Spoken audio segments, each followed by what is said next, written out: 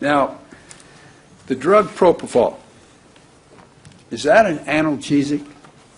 No, propofol is what we call a sedative hypnotic, which means at very low doses you produce sedation or sleepiness, and at high doses you progress continuous. It's a continuum. So you start at very low doses, you may have reduction in anxiety, sleepiness, deeper and deeper sedation or sleepiness, till ultimately patients become unresponsive or maybe responsive to verbal or tactile stimuli. That's what we call deep sedation.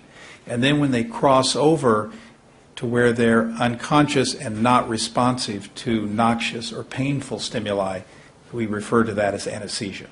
So it's just this continuum, and sedative hypnotics all have the same continuum from anxiolysis, minimal sedation, to deep sedation, progressing into intravenous anesthesia.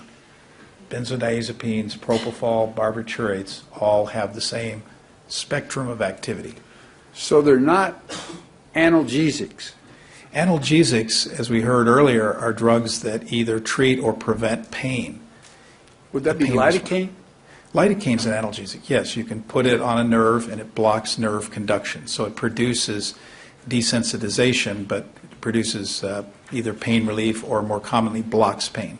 And a hypnotic is something that puts you to sleep. Yes, hypnosis is the same as unconsciousness. And is that why they call propofol milk of amnesia? Well, sorry, amnesia means lack of recall, and most sedative hypnotics have the ability to interfere with recall. The benzodiazepines have a more prominent amnestic effect. That is, with benzodiazepines, patients receiving low doses, which cause minimal sleepiness or sedation, may not recall things. They have amnesia. That means inability to recall.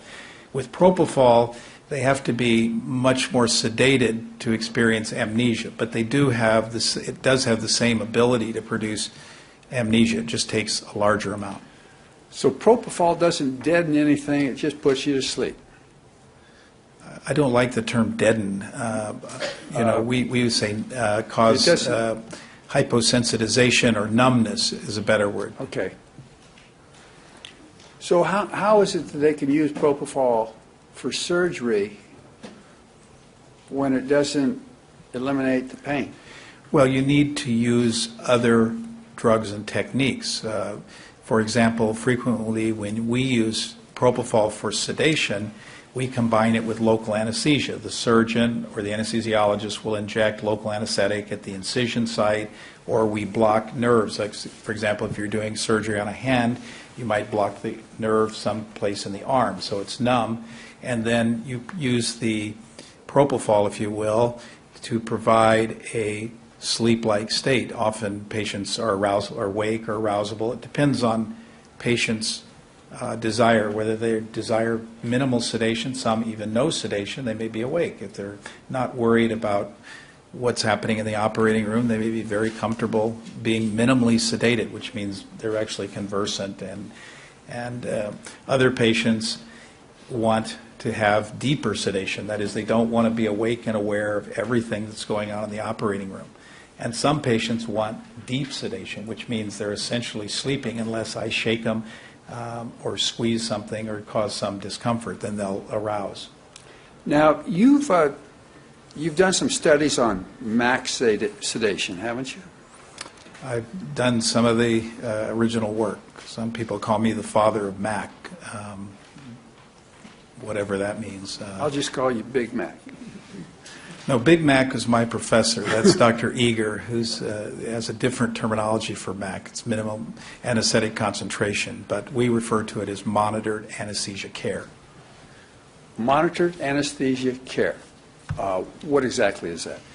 Well, monitored anesthesia care is a term that's commonly used for anesthesia services that relate to monitoring patients, of course, and providing sedation analgesia for minor procedures or superficial surgical procedures. Typically, patients receive local anesthesia, but in some cases they receive no local anesthesia and may just receive small doses of narcotic analgesics. But the key is the ability to provide for patient comfort with a sedative medication like propofol. So are you using sub-hypnotic levels of propofol for MAC care? Yes. Modern anesthesia care, by definition, is sub-hypnotic because once you cross over into the hypnotic realm, you're entering general anesthesia. Although there is a transition, as I suggested earlier, which we call deep sedation. But for the most part, with modern anesthesia care, we try to stay on the sedation side of that line, if you will. So propofol has a full range. You can go from extremely deep sedation to just minimal sedation? To actually no sedation, to just anxiolysis, if you will. I mean, that is reduction in anxiety. Did you do a study on MAC sedation? That's while you were at Stanford?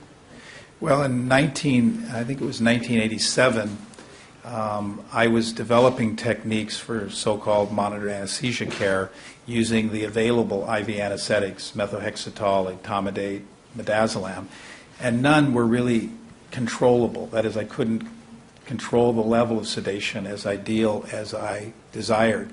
And having worked with propofol, I said, you know, it's an amazingly controllable drug. And I thought this could be the best possible agent for use during modern anesthesia care. So I approached the company in 1997 about exploring this possibility. 87? 87, I'm sorry. I'm having trouble with That's the years. okay. I won't call you Dr. Schaefer. You just get your years right. Okay, I guess we're even, huh? So it was in 1987, shortly after we finished the earlier study that I discussed. I went to the company and said, you know, I've got this group. I think it's a great idea. And they got back to me and said, we appreciate your enthusiasm. We appreciate the fact you've done really good research, which has been instrumental in the drug sort of being on the accelerated path to FDA approval. But you have to understand that we are developing this drug for induction of anesthesia. We want to displace pentothal, which was the major drug, and possibly develop it for maintenance of anesthesia, general anesthesia. And they thought the use for sedation was not going to be an important use for this drug. So they weren't interested in your MAC study. Is that true? Well, not initially, actually. I discussed it and at a meeting in the launch meeting just before the drug was approved by the FDA, I actually made a suggestion before a large audience of my academic peers and chairmen and said that I predict by the end of the century you will actually sell more of this drug for sedation than for general anesthesia. And I have to tell you, I didn't intend for it to happen, but I got a nice laugh from almost everybody in the room. But the company said that because you've done good work, we will not sponsor a study directly, but we will give you an educational grant. It was not a great large grant, but a small one. If you will petition the FDA to perform an investigator-initiated study to look at subhypnotic doses of propofol for sedation during modern anesthesia care. And I went ahead and got what's called an investigator IND, so it's my study, my responsibility. They provided me with the drug, and I compared propofol sedation to midazolam sedation, because that was the, quote, gold standard at the time. So at the time that you were doing this work, am I correct in assuming that propofol had not been cleared by the FDA for use? Correct. That's why I had to get an investigator initiated IND to perform the study. In doing this study at the time, would you consider the use of propofol for conscious sedation and off-label use? Well, of course, it was off-label. The label was just being developed, but the label was for induction and maintenance of general anesthesia. There was no indication for max sedation until, as Dr. Schaefer explained, he worked with a company on developing the new package insert in 1991, I believe it was. So they had a previous package insert that was used, where propofol was used for anesthesia only. Yeah, that was the package insert that was available when the drug was approved in 1989. Package insert transition to include other uses? Well, around, I believe, 1991 or 92 is when the company AstraZeneca submitted data to the FDA asking for approval for the indication of max sedation, as we heard from Dr. Schaefer, and for sedation in the intensive care unit. Where did they get this data? Well, they called me in 1990 and said, would I be willing to provide my data to them to use in developing this new indication? And I guess I was naive. I should have got a patent, but I didn't. And I turned over the data because they were gracious enough to give me some support for my research. And interestingly, they asked me if I would agree to allowing Dr. Schaefer to analyze this data on their behalf, and of course, as a colleague, and I said, sure. I mean, Dr. Schaefer's welcome to do that analysis, and that led to a change in the package insert. For what purpose did Dr. Schaefer analyze your data? Well, the company wanted to develop dosing guidelines, and he used my actual patient data as the basis for generating the guidelines that have come out in the package insert. So Dr. Schaefer basically did the math based upon your clinical data. Well, he did a mathematical analysis, yes. And we've used the term off-label. I'm not sure everybody understands what off-label. Does that mean it's illegal? If it's No, physicians often use drugs off-label. It just means you're using an approved drug for a disease process or a disorder that isn't currently indicated in the package insert. Package inserts are generated by pharmaceutical companies working with the FDA. And if they haven't submitted data to support an indication, for example, max sedation, even though we had done studies demonstrated that it was safe and effective, until the company submits the data to the FDA, its use in that capacity is considered quote-unquote off-label. To make it on-label, it has to be approved by the FDA? Correct. So in terms of dosing, in terms of indication and type of treatment. And then when the FDA approves it, it's on the label, and then it's used pursuant to those requirements, and that's considered on-label use? Correct.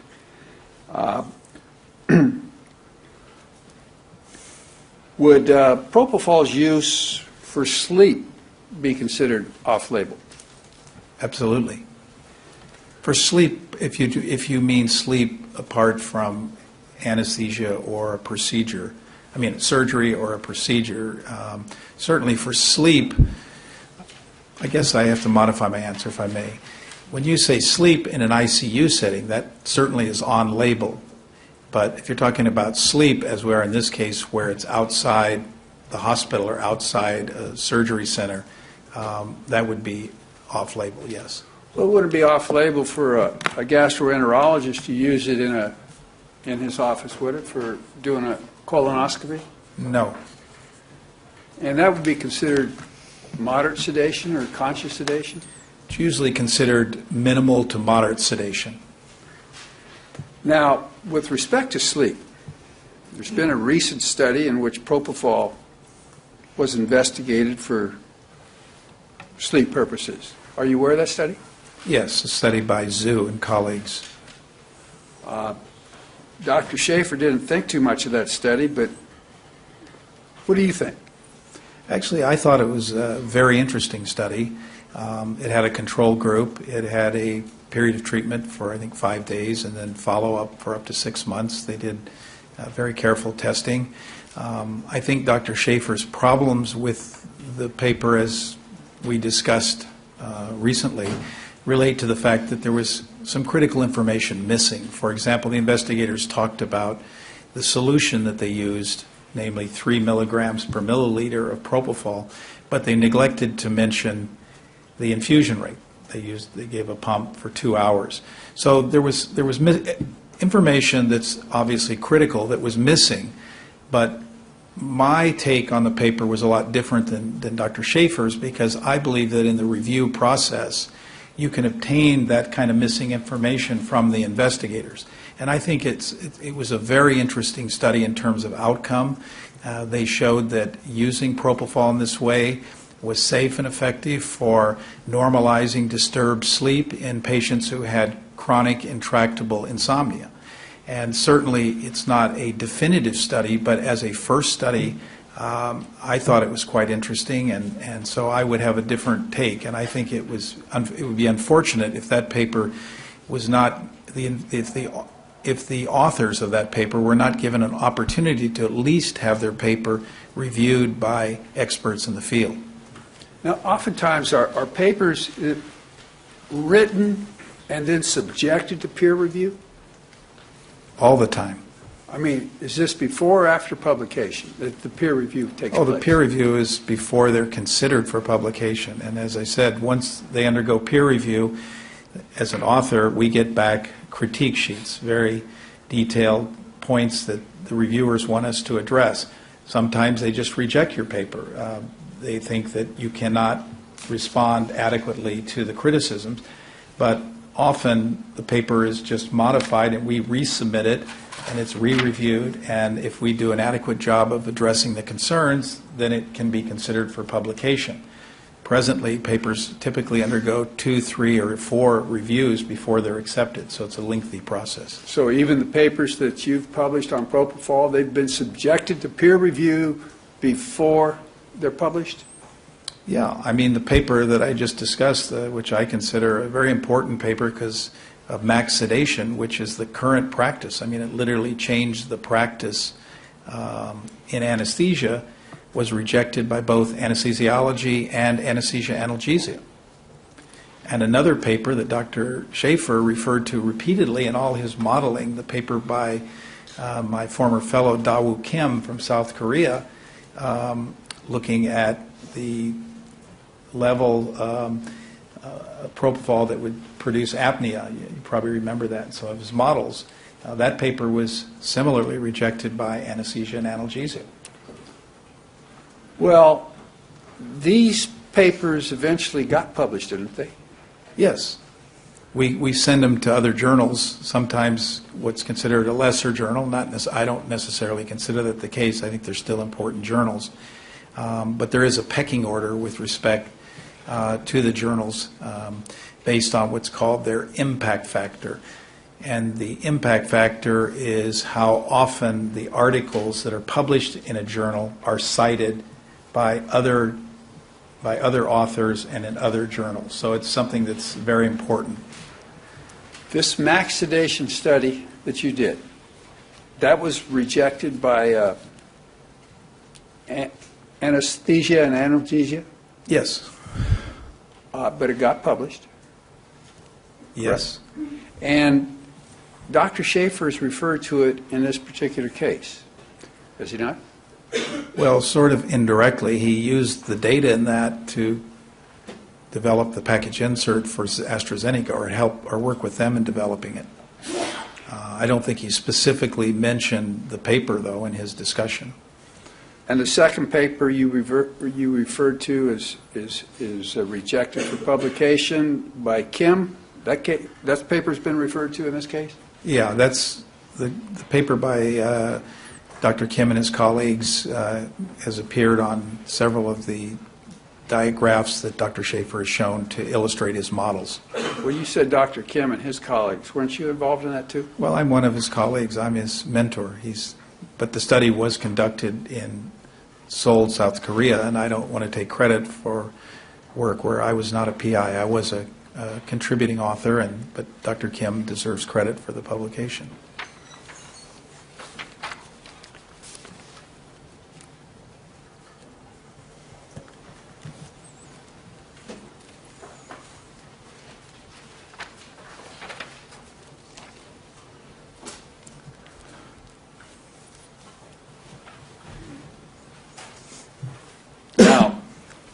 Are you familiar with the levels of propofol that were achieved in this particular case? Are you You referring read to? the toxicology report? Yes, I've read the toxicology report, yes. And you're familiar with the level of propofol, the levels of the razepam? Yes, in the various specimens, I might need to have a refresher if you're asking me to recall them from the top of my head. Are you familiar with the concept of combining drugs? Yeah, combining drugs I think was referred to by one of the other experts as polypharmacy.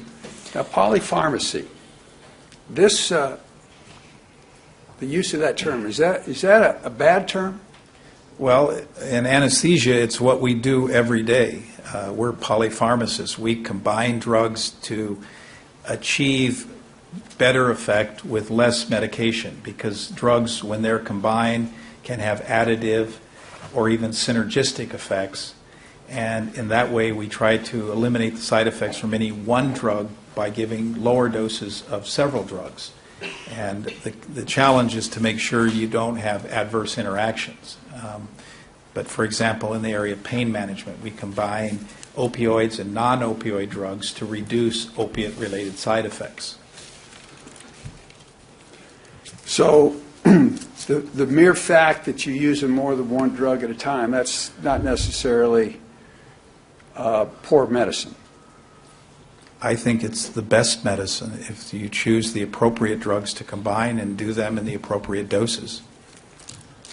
And with respect to propofol itself, is it commonly combined with other drugs in its use? Well, one of the follow-up studies that we did for max sedation, published a few years later, we actually demonstrated the benefit of giving small doses of midazolam before propofol. I sort of called it for pre-medication or for induction of sedation. And that midazolam propofol technique has become sort of the standard technique for MAC sedation.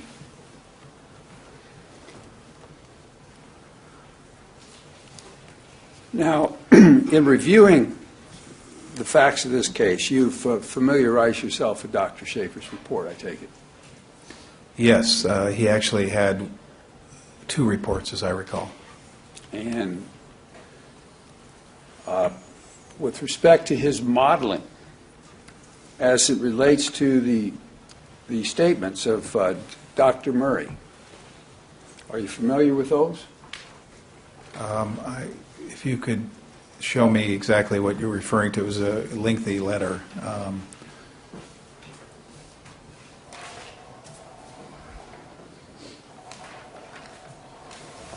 He drew a number of graphs, if that's what you're referring to. In his preparation of graphs, I want to show you. Could you show me the axis? Oh, thank you. I need to tell Dr. Schaefer he needs to learn how to spell plasma, because I noticed it was also misspelled in the Objection, FDA. this is not Dr. Schaefer's graph, which was made by some other company, as illustrated on the bottom of the exhibit. The objection is saying it's also non-responsive. So the partial answer stricken disregard. Can we have clarity, because we're showing the graph? Has this been identified before? Well, you know, I think that exact graph is in evidence.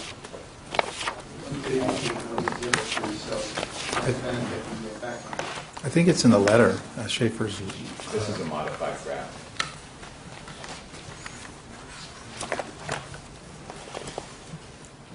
How was it modified? Do you want to mark it as your own exhibit? Yeah, I guess I'll mark Triple it Z. down, but I think that has been shown. You've got to let me know. I don't know right now. I think it's in his assessment of the case, as I recall.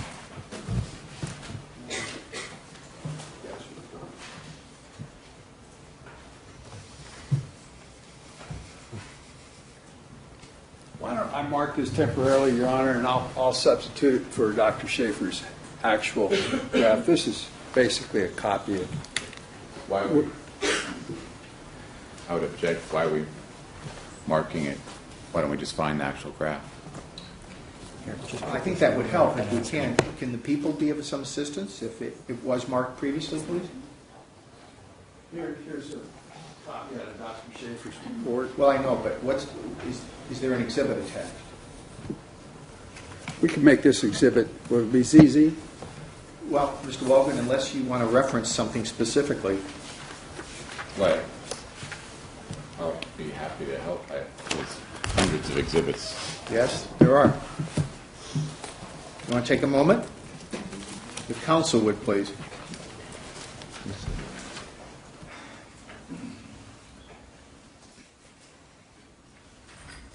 I've got up here a copy of the graph. It's just smaller. It's not as pretty, but it's out of Dr. Schaefer's report. Well, I think you can mark it as your own, even though the people may have reference to something else. So this is Triple Zulu. Yeah, we've got that graph previously marked as CC. All right, so I'm going to forget about the new marking. Charlie, Charlie.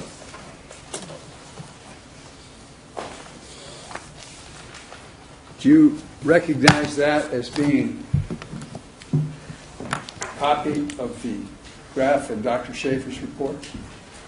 Yes, I do.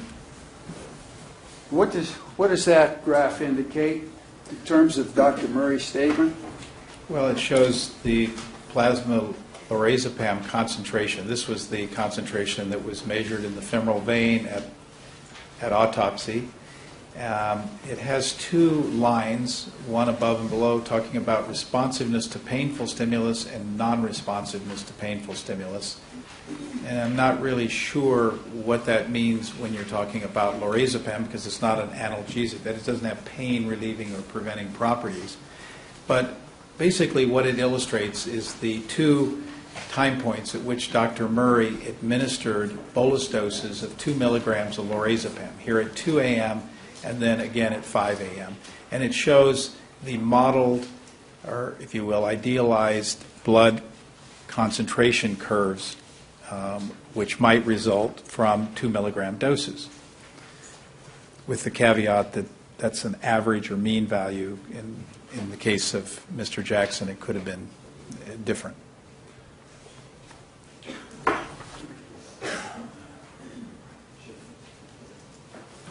Did Dr. Schaefer also diagram the midazolam levels? Yes, I believe so. At least I remember in the letter or the declaration that he submitted.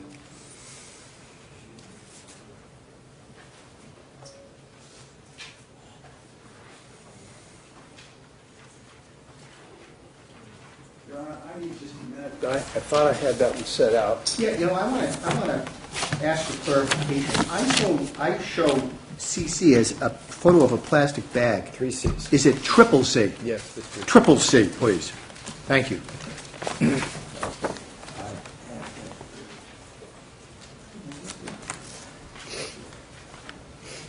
Your Honor, perhaps this would be a good time to take the afternoon break so I don't And waste for the whole evening, too. Okay. May I see counsel, please?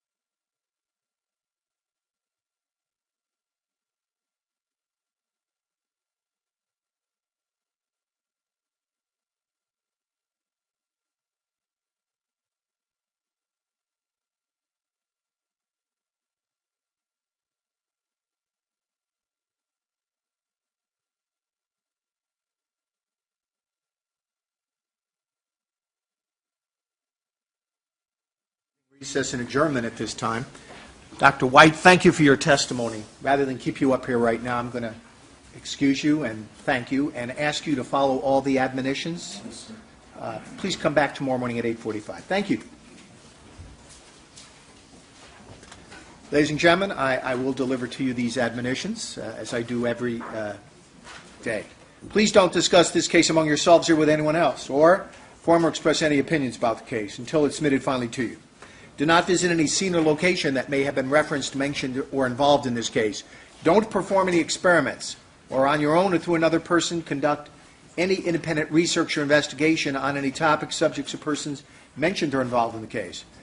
Do not read, listen to, or watch any television or radio programs, newspaper or magazine articles, or the Internet regarding any of these topics, subjects, or persons.